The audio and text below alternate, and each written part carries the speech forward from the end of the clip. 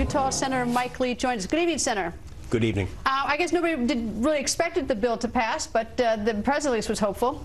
It didn't pass, and it's not a big surprise that it didn't pass, given the fact that we have to remember this president has brought us $800 billion in stimulus spending, $4 trillion in new debt, and that has given us 9.1% unemployment.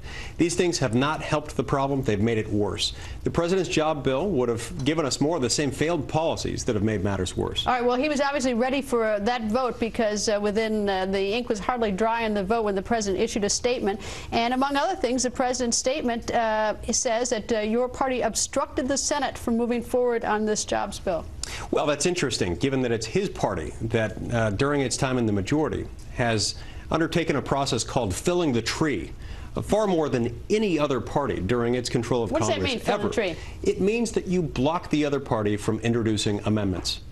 The amendment process is the hallmark of the legislative process. It's the hallmark of open, robust debate. And when you fill the tree, you say you have to take this bill as is. You cannot amend it. You cannot have any other option other than to take it lock, stock, and barrel. All right, he says that his bill, according to his statement, he says that independent economists, I'm not sure what an independent economist is these days, but anyway, he says independent economists have said that his bill would grow the economy and lead to nearly 2 million jobs. Don't believe it? Don't believe it at all, because we have to look at history. We have to look at what this president's proposals have already brought us. What they've brought us is more unemployment.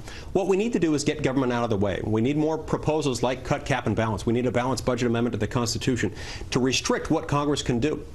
The federal government right now is consuming about 25 cents out of every dollar that moves through the American economy. That's too much. That's causing us problems, and it's bringing about unemployment. It's a big wet blanket on the American economy that we need to remove it. All right, balanced budget amendment has a lot of support certainly by the Tea Party, a lot of Americans across the country, but the problem is the balanced budget amendment isn't going to fix things now for someone tonight who desperately needs a job. The president's job bill failed. Do the Republicans have one? What is it, and how fast can you get jobs for those Americans? Because we're really running out of time for them. Well, look, there are things that we can do in the near short-term future, some of which the president agrees with.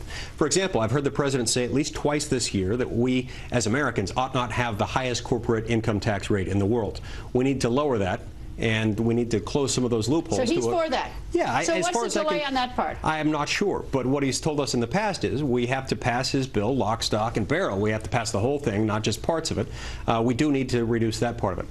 I also am in favor of declaring some kind of a holiday or granting some kind of permanent relief for repatriation of income earned overseas by American corporations. That's just being hidden in part by corporations because they don't want to bring it back. They don't know what to do, and they don't want to be taxed by it, right? Exactly. And that's why I'm introducing legislation that would bring that tax rate down to 5%, not just temporarily, but permanently, so that we can encourage American corporations to bring that money back home where they'll use it to invest. And investment leads to job growth. Right. This concept, he says, independent economists. I don't suppose you know who these people are, and I mean, the economists have not exactly led us in the right direction in the last couple of years. So any thought on independent economists? Not all economists think the same way, and of course carefully omitted from that press release was the identity of those economists, whether particularly or as a broad class. He hasn't told us who they are. And so what we do know is that these policies, these same policies that he's now trying to push us to pass again, have made matters worse. All right. He has now apparently in his last paragraph says he'd be willing to go for piecemeal, different parts of it. Are you willing to take his jobs bill and vote on piece by piece, or would you think it was a good idea, I should say? Well, of course, you can't answer that question with a yes or a no without knowing the particulars of it. But you could vote no on something. I mean, yeah. Do you oppose the concept of voting on piecemeal? You may oppose whatever is in it, but... No, to the contrary, I support that. I think piecemeal is what we needed all the time. That's why I got nervous a few weeks ago when we were listening to the president give his address to a joint session of Congress when he intimated that we needed to pass the whole thing without any amendment. And I think that's dangerous. I like the piecemeal concept a lot better. That will allow us to find some common ground. All right, Senator, thank you. Good luck, sir. Thank you.